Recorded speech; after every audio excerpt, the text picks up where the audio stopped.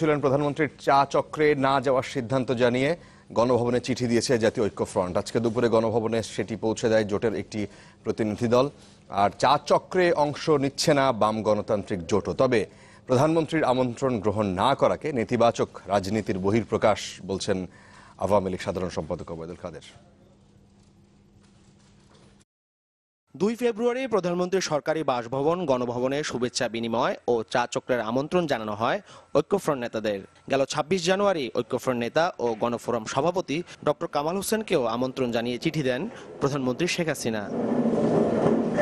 একাদশ জাতীয় সংসদ নির্বাচনে বিপুল ভোটে জয়লাভের পর এই আমন্ত্রণ জানানো হয়। এরপর থেকেই এই চা চক্রে যাওয়া না যাওয়া নিয়ে রাজনীতির মাঠে শুরু হয় আলোচনা।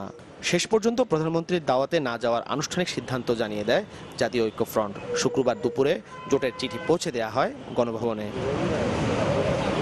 প্রধানমন্ত্রীর চা চক্রে অংশ না নেওয়ার সিদ্ধান্ত নিয়েছে বাম গণতান্ত্রিক জোটও। জনগণের আকাঙ্ক্ষার দিক থেকে আমরা এই চা চক্রের কোনো তাৎপর্য দেখছি না।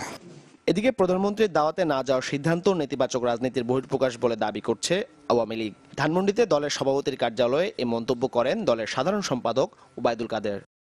প্রধানমন্ত্রী যে আমন্ত্রণ জানিয়েছেন চা চক্রে গার্ডেন পার্টিতে, সেখানে খোলামেলা আলোচনাও তারা করতে পারেন। খাদের কিনারা এসে আবারও যে নেতিবাচক ধারা সেটাকে যদি আঁকড়ে ধরে রাখে, তাহলে তারা অন্ধকার গভীর খাদেই নিপতিত হবে।